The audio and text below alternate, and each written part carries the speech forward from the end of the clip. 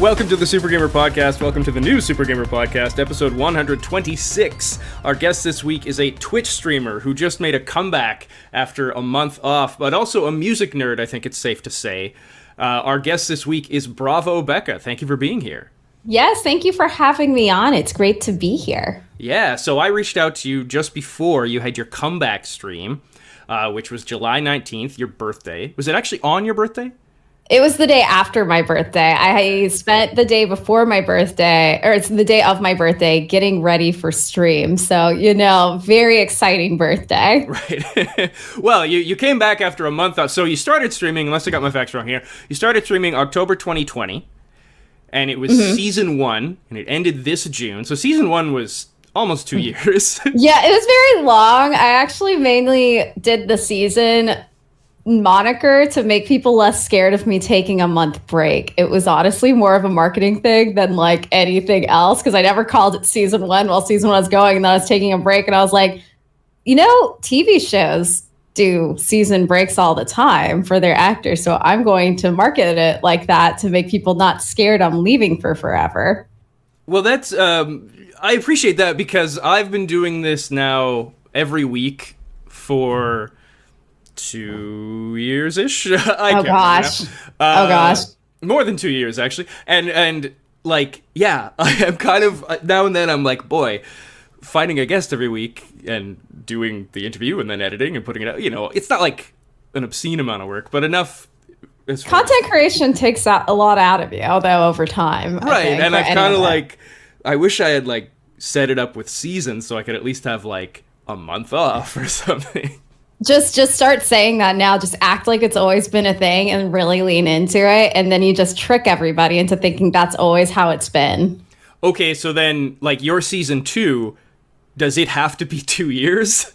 No, oh gosh, no. I'm actually planning on probably having, like, a mid-season break around December and then doing another season break next summer. So it'll be kind of probably like a year increment where I take like 2 weeks off halfway through the year and then another like month off at the end of the year to reset things. And I'm going to try making it a regular thing, because I realized it's not healthy to just keep going indefinitely forever, like 3 to 4 days a week streaming. Right, because you tend to do Tuesday to Friday.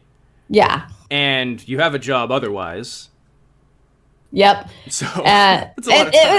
It was a lot of time. Season 1, I was doing Tuesday, Thursday, Saturday, Sundays, and then I didn't have any weekend time. And then when I was reworking my schedule, I was like, I'm going to do Tuesday, Fridays on the work week, because then at least I always have like the weekend and Monday nights off. Good idea. Yeah, it's thought process there. So you mentioned part of the marketing was you're trying to make sure viewers don't think like, oh no, Becca's gone. Was there any concern that you might not feel like getting back into it? I was concerned about it. I was really burnt out whenever I initially took the break. I was scared to take the break. I actually asked a lot of my streamer friends, had they taken breaks? If they had taken them, how did they go? And a lot of like the ones that I knew were just straight up like, I have never taken a break and I am terrified to take a break. I need to take a break, but I can't do it or I'm going to lose everything I have.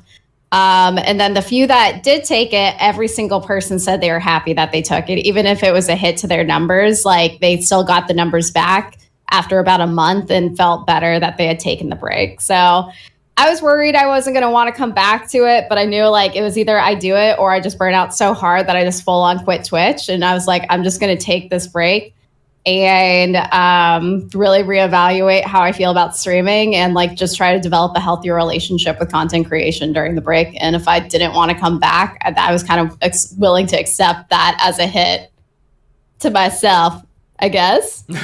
So how do you feel now? Like, did you take a hit to viewers, but also did it kind of help your mental state as far as streaming goes? I did take a hit to viewers for sure. I will say I did ban some people during my stream break that I realized were not positive influences on the community and like were kind of bad actors. So, that was part of the number hit. And then the other hit was just definitely like organically, I lost some of the traction I had. But overall, I feel way better about my stream coming back. I feel way more relaxed with it and like in a better position to keep growing it versus like banging my head against the desk trying to get it to work eventually, because I just felt like I was just throwing stuff at the wall to see what would stick. And some stuff was sticking, but overall my mental health was not sticking with doing it just constantly. So I know during your month off, you went to Hawaii. Yeah. You moved, and your plan was to upgrade the stream, as we've kind of got into. But, you know, Did you spend any of that month thinking, like, as you just said, you know, before you were throwing stuff at the wall, did you spend that month taking any time going like, all right, who am I on stream? What am I about? Oh yeah, for sure. I previously was a full-on variety streamer, and I streamed whatever, not whenever, but I streamed like pretty much anything. And I did a lot of Soulsborne games then because I just randomly got into the series and liked it. But other than that, like I would be playing constantly different games. And so while I was off, I made like a giant spreadsheet of like different categories I was interested in, how they did with viewers, interesting streamers in those categories, and if I had any shared qualities that might make me interesting to watch in them. Because I've noticed I perform differently in different categories. Like I'm not somebody who's interesting to watch like play like Age of Empires. You will never want to watch me play some like real-time strategy game. You just won't. I'm not that kind of streamer. But I ended up planning on wanting to do retro specifically, returning back, because I've always been really interested in like gaming history, and especially like I think a lot of like music history for gaming comes from these retro games creating like iconic themes that get referenced and carried through into other games. And I just realized then that it was like, yeah, I think retro feels right. I had never streamed in the retro category before I was gone, and now I'm kind of breaking into it now while keeping Soulsborne on one night a week. And yeah, I like kind of critically thought, how do I tie together Twitch with the rest of the content I make on the internet, like on TikTok and YouTube? So I know you've said that part of your reasoning for the retro thing is getting better at platformers. Yes. Which makes sense with Soulsborne games, because definitely platforming is kind of the hardest part, really. Yep. Gravity is my number one reason for death in any Soulsborne game. But these retro games, are you pretty new to them, or did you play as a kid? Played them as a kid. I played some of them as a kid. I was really into like old school JRPGs as a kid, so I didn't really get the platforming experience. I do think I had like 100 hours in the old Lion King game as a child. Not because I liked it, but because I was so determined and angry at the game to finish it. I never did, but I was very determined to finish it.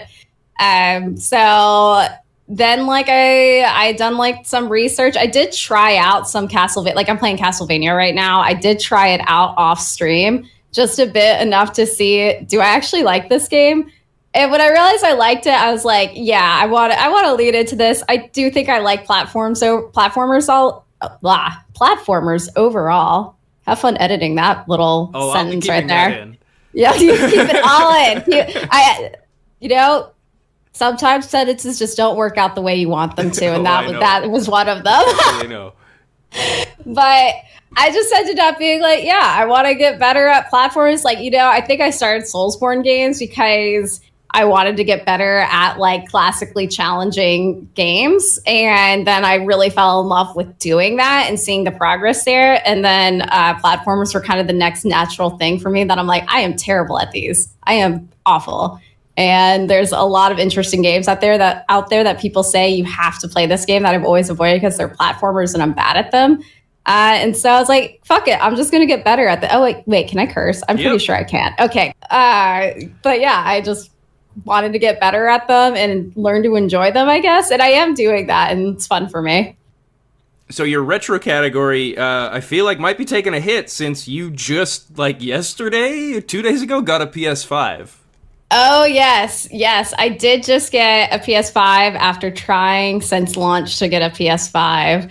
And I was very excited to get that finally. Like, I've been like haunting Sony site, Walmart site, everything ever to try to get one. And I am relieved to not have to see Walmart's stupid 404 page ever again after I've already added the PS5 to my cart. And Anyways, but I did get it. My plan for it is to not just dump retro immediately. Like, I play games off stream anyway, so I'm planning on playing it this weekend. Probably going to play Returnal this weekend. And then whenever I finish Elden Ring, I'm either going to go to Sekiro or I'm going to go to Demon Souls, the remaster, whatever they call it. I think it's a remake. Right. On PS5. And I'll get to stream that on my Wednesday night. So I'm not letting it take a hit for retro, but I am going to enjoy my PS5. So you haven't played it yet? I haven't played it yet. I opened it up last night on my stream, right. And then I had to work today, and now I'm like streaming tonight, and then tomorrow morning I'm waking up early and playing my PlayStation 5 like it's Christmas. So as you pointed out during your unboxing stream last night, the way you got the PS5, it was one of the people who helped you get it mentioned in the chat. It was an exercise in trust. It's two people you know through Twitch. And they actually like found where it was available. You sent them the money, and they sent the PS5 to you. Exactly. And you didn't unbox it till the stream. And like, obviously, I'm happy for you that you got it. But part of me was like, I hope this is an Al Capone's vault thing, and there's just nothing in there. Oh, I was prepared to be trolled by that, but like the two people that were like, I wouldn't just trust any random Twitch viewer, even if they've been around for a long time. But like, one of them's like one of my mods, and then the other one's like his wife. And I've like said, I think even though we met through Twitch, we spent a lot of time together on the internet and just in general, where I'm like, you know what? If you fuck me over, I have your address and your real life name. So I could fuck you over right back and send you some like glitter bomb or something.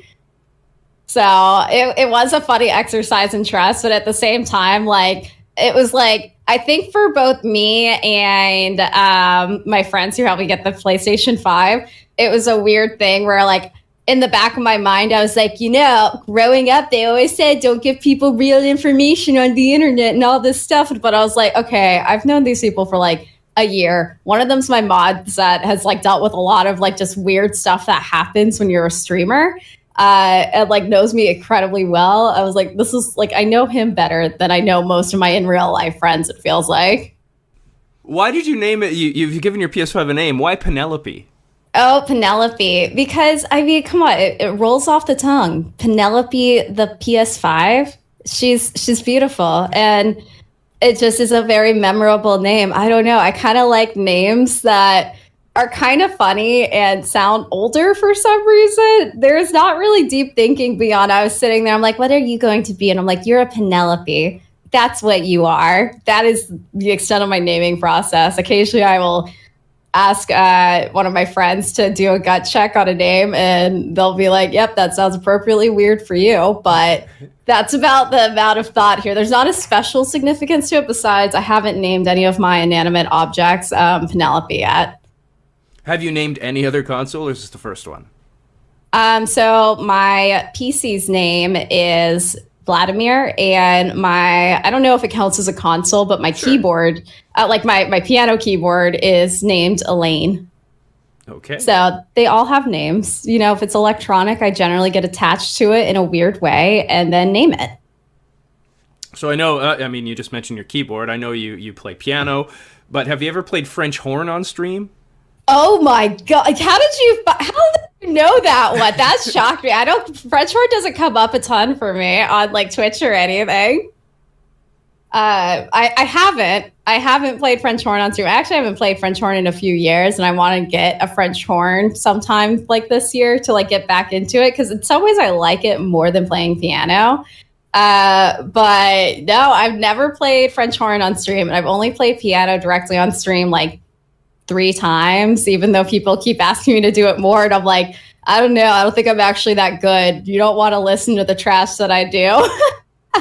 Well, I mean, your music theory is, I don't know a lot about, you know, your musicianship, but I know your music theory obviously is very good because you do kind of quick deep dives into certain gaming tracks and like the inspiration for them and what they mean and all that. And one of them I wanted to mention here, you point out that the Lost Woods theme from Ocarina of Time is based on Holtz's Jupiter, partly because of its jolliness. And I have a bone to pick, not with you, but with Holtz.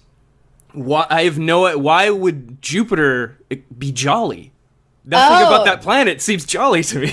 Okay, so one of the common misconceptions about that suite is that it's just straight up the planets in the sky. But he actually, it's so weird to say this because this was like, I don't like in the early like 1900s. He was actually a huge fan of astrology. Like that's when like all of the modern day astrology shit, which by the way, I'm not really into astrology. I just find this fact interesting. That's like whenever like modern day astrology was like invented essentially. And he was a huge fan of it. And so the whole suite is actually like a reference, like each planet follows like the astrological characters, not just the planets. And that's why you don't have Earth or Pluto in the suite because they don't have anything in astrology. And apparently Jupiter is jolly in astrology. Okay. Because, yeah, I watched your thing and I was like, wait, but that's like the biggest planet. It's like the Titan, the king, you know? I was like, what? I don't get jolly. Why is this like that? Yeah, no, it was interesting. And it's funny the feedback I get on those kind of videos because it's like, I try to do them like, I mean, it's like they go on TikTok first. So I try to hit a minute or less, even though you can do 10-minute videos on TikTok. If you post anything over like a minute, that thing is not going to have any traction ever. There's no chance for that. But it's like you try to like impart deep knowledge, but you have to cut out like kind of key things about it while doing that is such a challenge. And you have to like, I have to make trade-offs on like, okay, I'm going to leave this part of the information out because you don't necessarily need to know that part of it. And it's not as interesting as the rest. So I'm just ruthlessly prioritizing everything else. Is VBecca, and VBecca is your VTuber avatar. Oh yeah. Is it an extension of Becca or is it a different personality entirely? Oh, definitely. That totally makes sense. Totally makes sense. So fun fact, VBecca was actually made by one of the people who helped me get my PlayStation 5. So they had earned a lot of trust by already making me a VTuber. And we talked about it early on what I wanted it to be. And I didn't want to develop a separate personality from like my current stream stuff because I felt like to do that, in some ways it'd be disrespectful to VTubers to make a VTuber that I made a separate personality for but didn't go full in on, I guess was my thinking for it. And I didn't want to like have two different personalities I presented on the same stream. So we decided to do an extension of Becca that I can use when I have tech issues, for example, on stream or just like on certain nights of the week, because I do find VTubing really interesting and it's like a good way to learn more about how to stream better, to stream in different ways. So she's just Becca with cuter clothes and cute Naruto plushies and a ton of makeup options that I don't have in real life. Oh, well, that answers. So, yeah, I don't know a lot about VTubing and evidently should learn more. But I did wonder if it's easy or not to sort of like, oh, we're gonna cosplay, you know, like put on a new costume or whatever on my avatar. Is that something you can just like click and do, or do you need someone to make that?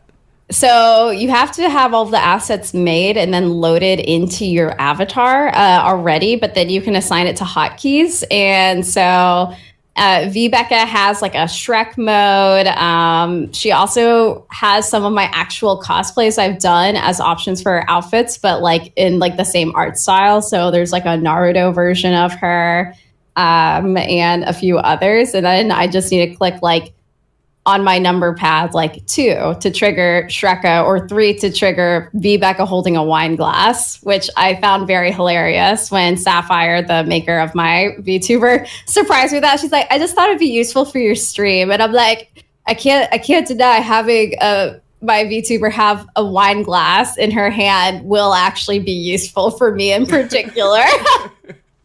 All right, well, I have 2 things to go for there. One, what wine pairs best with a Soulsborne game? And you can get specific if you want, as far as which game. Ooh, okay. That's a great question. So I think for Soulsborne, I honestly go with, like, Soulsborne requires a lot of drinking sometimes, so I can't get too fancy with the wine. So I will usually go for 19 Crimes Cabernet Sauvignon, which is available at Target for like $12 a bottle. So I am familiar. It's solid. It tastes decent. It gets you through the times. And you know, that's really the thing. Generally on stream, I usually am not drinking anything super expensive. Fair enough. You know, gotta consider the cost sometimes. Do you have a favorite cosplay that you have done? I have one. I'll tell you after. Ooh, okay. Oh gosh, that's a hard one. I have a few favorite ones. I think my favorite one overall was I did Ellen Ripley a few months ago from Alien, and then I did an Alien Isolation stream with that.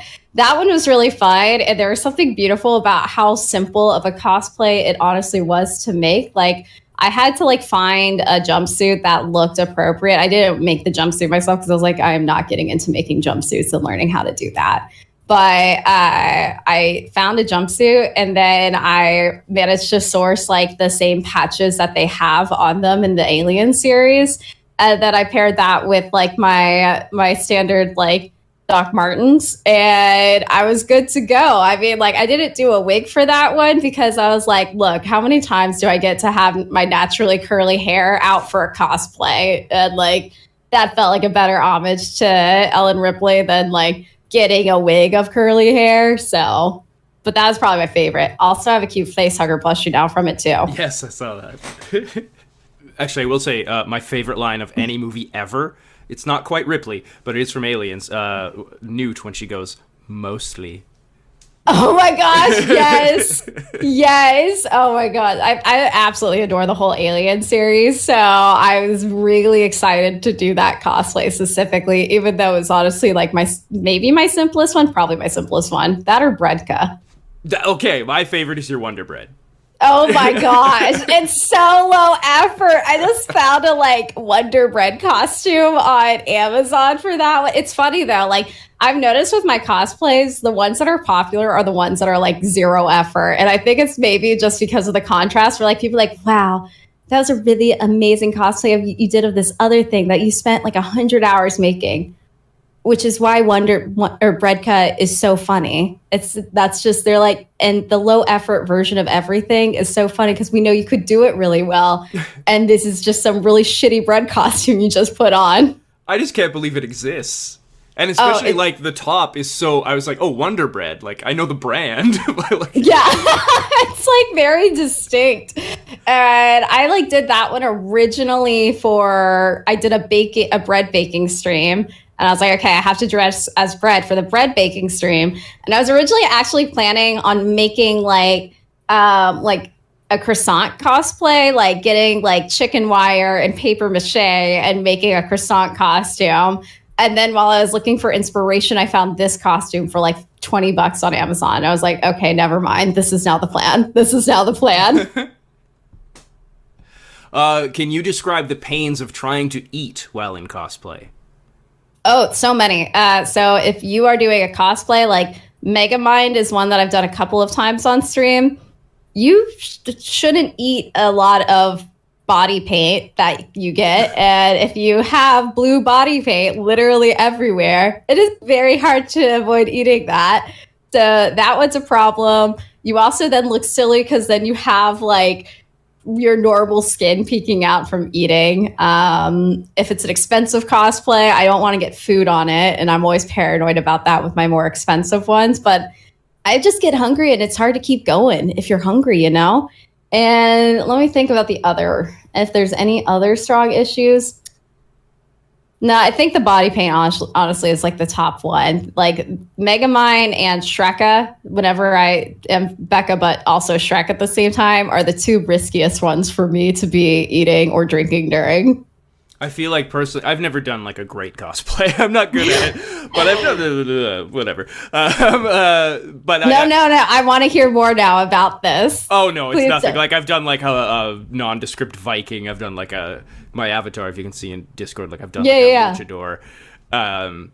But I am such a messy person that if I were to eat anything, I'm sure I would spill it all over myself. And that's well, now I'm a luchador who spilled on himself. I do get very thoughtful about the food I eat if I am in a cosplay. Sushi is a godsend. It's the perfect finger food. It gets protein. It's all neatly wrapped up. It's very hard to mess up.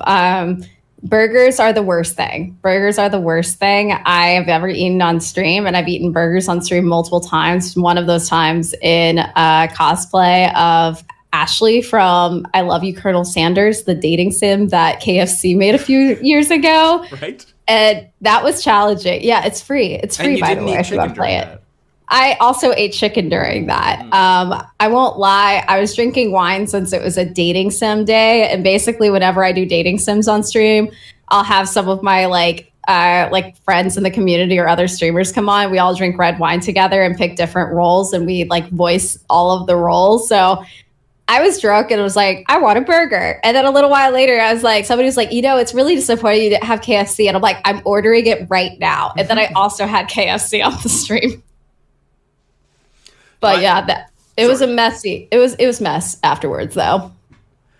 I have a question here that's referencing a long time ago, and I'm scared you won't even have a clue what I'm talking about. But anyway. Oh, I'm fascinated. I'm already fascinated you knew already about the French horn thing, because I don't remember the last time I mentioned French horn on stream either. So I was like, wow, that was good research right there. What is hardcore tic-tac-toe? Hardcore tic-tac-toe. I'm trying to think. That sounds familiar. Can I have a little context on it? Because I'm like, sure. Well, I'll probably cut this name out because I don't know this person. But anyway, but you played it with. Oh my gosh, that was a long time ago. Holy crap! It's just like a cheap Steam game. That we were. So we were both in design school together. Definitely cut that person's name out. I will.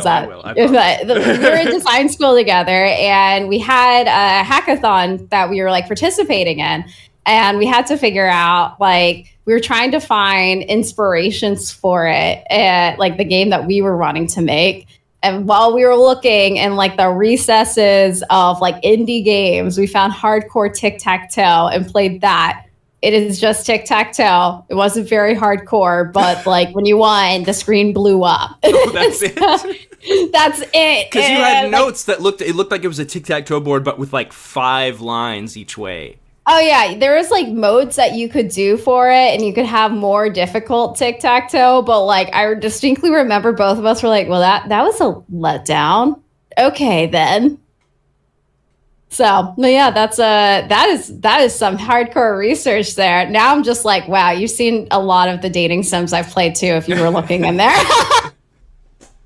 What video game title screen has the best kerning and which has the worst kerning? Oh gosh. Something you're passionate about, I know. Alien Isolation, best kerning. They just immediately knew, like, okay, it's Alien. We have to do the stereotypically, like, very, very high kerning throughout, like a lot of spacing. And then worst one, kerning specifically, maybe not, but I will say some of the Final Fantasy games do not do it for me with their title screens. They put a lot of effort into the like how they designed them. And I swear half the time I'm like, I don't even see like what the number is anymore or like anything about this. So that one's a little weaker for me. Does that turn you off from a game at all? Do you like get to the title screen and you're like, oh, no. Oh, gosh. I'm going to be honest. Like, as like a product designer, if I was turned off by bad UI design in gaming, I wouldn't be able to play video games very much at all. So not really anymore. Like sometimes if it's especially bad, like Dead Space has like the wonkiest map UI ever. Like it's not usable. I will like make fun of it and like I'll like send it to some of my design friends and we'll all be like, oh wow, that was trash. Can't believe they decided on that. But like the same time, like game design's so different from like what you see in standard like product design. Like I work at like a major tech company that does like is a app that a lot of people use. I don't want to like say too much about it, but it's a very different space and they have to make different considerations that from my, like, I guess you could say traditional product background, I'm like, okay, that was a weird choice, but it's so everywhere in games that I just have learned to not look, but I get excited when I see games do particularly well. I feel like then I'm just so, because you're into music too, obviously, the contrast for you for a Final Fantasy when you open it up or start it up, and it's like, oh, the title screen, oh, but the music. The music's beautiful, and I know a lot of Final Fantasy fans will be like, well, what? She doesn't like them? And it's just like a thing where I'm like, it's not all of them, it's just some of them. I'm just like, I don't know what you were doing here. You're like combining like 5 different like styles into one, like 3 words. What are you doing? This is not the way to do this. But that's on me. But their music, gosh, Final Fantasy has easily some of the best music in gaming. So back to your stream. You have replaced the Wheel of Shame, which was when you die, you have to spin the Wheel of Shame and then do something, you kind of don't want to do, I guess. Yep. But you've replaced it because you thought it was a little played out across Twitch.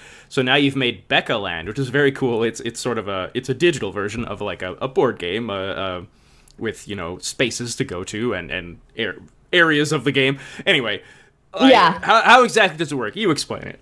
Yeah, so I designed a board game for myself that has different references. It's like based off of Candyland, and it has different references to different things on my stream throughout it. Like you start at Shreka Swamp and end up at Regretty River, which are both like in references. And every time I die, I have to move a space forward and draw from my normal card deck that has different shames on it. So like it could be something really innocuous like a ketchup shot, or like could be like karaoke.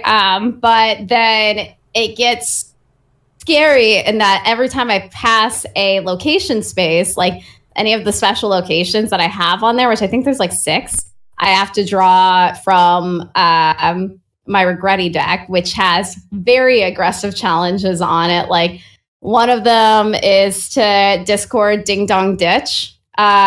This is a surprise. We have not hit this one on my stream yet, but it's Discord Ding Dong Ditch, where I call somebody that I am friends with on Discord who's online at that time. And when they answer, I have to just say like, I farted and hang up, no other contacts. So they have varying levels of difficulty. So it's like, if I start dying a lot on stream, there are going to be much higher consequences than just dying once.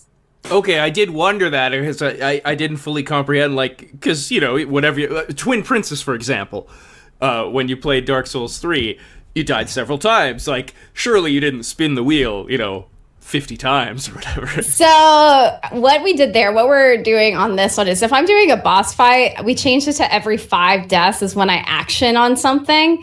But I am trying to make it so Becca Land's currently in its like inaugural week where I'm basically testing it a lot, and then I'll make like some modifications over the weekend and then like have it updated.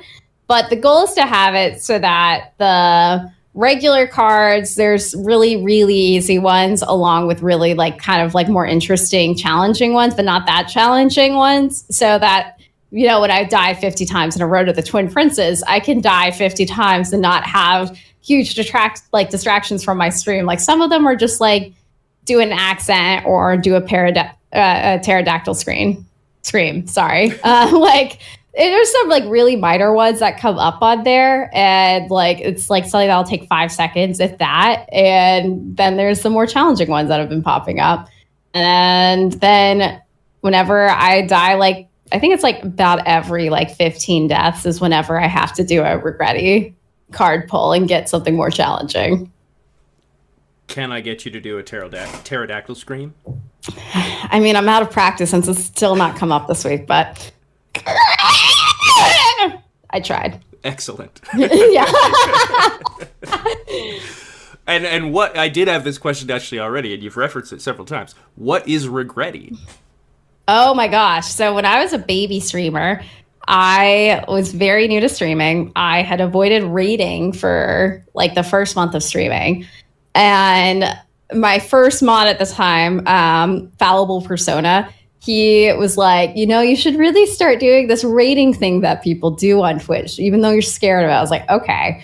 And so like, the thing is, I miss the fact that when you raid on Twitch, that's basically so I knew it was like, you take your community, your viewers, and you send them to another streamer when you end your stream. And that way that streamer gets like a fun bump in numbers and like some new people. And it's like honestly kind of like a fun way to meet other streamers. What I didn't know in my first raid was that does not automatically end your stream. You still have to go and click stop streaming. And so I thought I'd finished streaming and had a bowl of spaghetti that I just like wolfed down in front of the camera in silence. And I'm like hunched over watching this other person stream, like not it was like not like it's how I eat if I think nobody is watching. So it was very gross. And sure enough, there was like one viewer who was still there who saw it and clipped the whole thing. And so everybody found out about this happening. And like every time I bring up like, y'all, this clip really isn't that interesting, I might remove it. They're like, no, you have to leave this up for forever. You have to leave this up for forever. So it's always been called the regretty incident because I had a lot of regret after eating that bowl of spaghetti. I'm upset I haven't seen that, and I'm going to seek it out. It's genuinely, I don't think it's that interesting of a clip without the context, which makes it even funnier that people are like, no, you must keep this. Your first gamer tag was Starseer. Oh my gosh, yeah. Back in the day, this is so much research. Well, what happened to Starseer? Why are we not Starseer anymore? So Starseer is also the username that I had for my fanfiction.net account when I was in middle school and I was writing cringy Naruto fanfiction back in the day. And whenever I realized how awful and embarrassing that was as like a high schooler is when I changed it to something else, because I was like, I do not want people from fanfiction.net fighting me on my Steam, which had happened a few times, because I was like, this part of my life is done. I'm no longer Starseer. Starseer is dead. Long live the next version of my username, whatever it was. What was the genesis of Starseer? Were you just like, it sounds cool? I think I was just an edgy teenager, preteen. I wasn't even a teenager when I made it originally on fanfiction. I was just like, this sounds cool and different and like something that would exist in Kingdom Hearts. That was the level of thought there. Nice. Well, sorry. Oh, you go. No, please. No. After you. Well, now I just have to ask about the fanfiction. Can you tell me anything about it? Oh yeah, we've like done a reading of it on my stream. Oh, nice. It was like a reward people hit to like get that because I accidentally mentioned it one time on stream and then everybody would not let it go ever. They were like, no, we're gonna leave this until you read it on stream. And so that I did like a 200,000 point community challenge and people hit it somehow. It was like 15 days they had to complete it and people just like showed up in droves to get it done. But yeah, so I had multiple Naruto fan fictions and one for Death Note. But my most popular one was a horribly written vampire alternative universe fan fiction for Naruto starring Sakura and Sasuke, where they are high school students. And I will say I think this was out before Twilight. So Stephanie Meyer stole from me, you could say, took inspiration from my work. Mm-hmm. It was really not good. There's so many typos, grammatical errors in it, and it's hilariously poorly written. I'm sure you're going to go try to find it. If you want me to make it easier for you, just go to my Twitch chat and do !fanfic. And there's a command that automatically pops the link to it because we'll occasionally do readings from it and then read the reviews of it. And because it's not good. And we want people to be able to read along easily, you know? It's important for readability. Yeah, it wasn't good. I think it's like 30 chapters. It might be like 60,000 words or something like that. Wow. I mean, that is something to be proud of. No. What do you see? I mean, whenever I look back at it, I'm fond of it. I'm like, oh, like I was so like weird and creative then, and I love that I like had a little community because I think that's really what I liked about writing fan fiction is you still build a community in the same way you kind of build one for like streaming, which is odd, but they are similar in that way, and that's what I really liked about it, and I'm like fond of those memories of it. And then I start reading the fan fiction itself, and I'm like, oh man, this is not good. This is not good.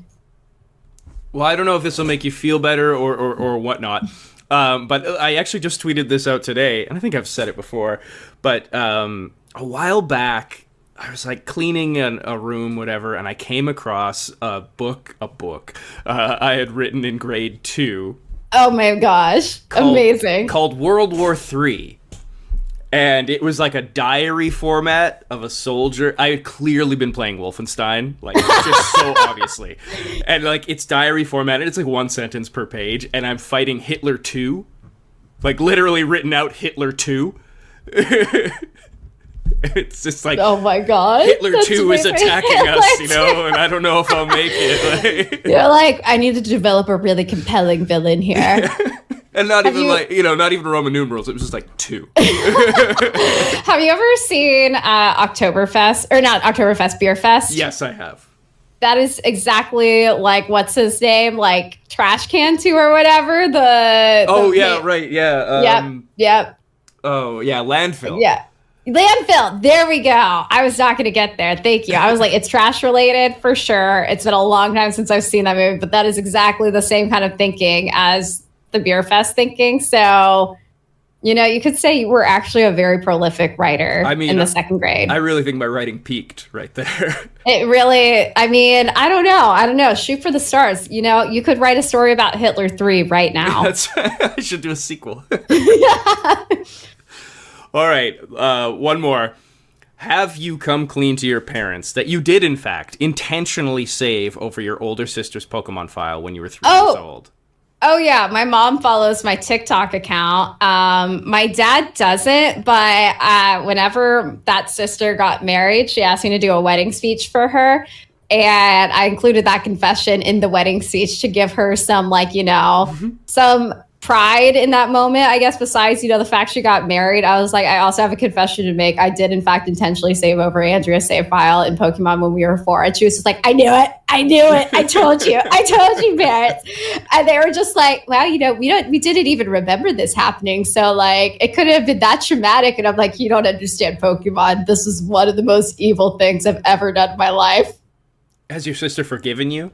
Oh, yeah. I mean, I will say she never played Pokemon after that. It kind of got out of video games mostly entirely, except she got really into Halo for a summer randomly when she was in college. But yeah, she's forgiven me for it. So she's like, honestly, as an adult now, I'm impressed that you had like the determination to basically make every combination of actions happen till you knew you had saved over my file. Without being able to read. So spiteful. I was a very spiteful child. And I think I'm still spiteful as an adult, but I'm much sneakier in the revenge I take on people. Well, if people want to check out the spiteful BravoBecca, twitch.tv/BravoBecca. BravoBecca, thank you for being here. Yes, thank you so much for having me. And don't worry, I don't take revenge on my viewers too much ever, that you would notice. Don't worry, y'all.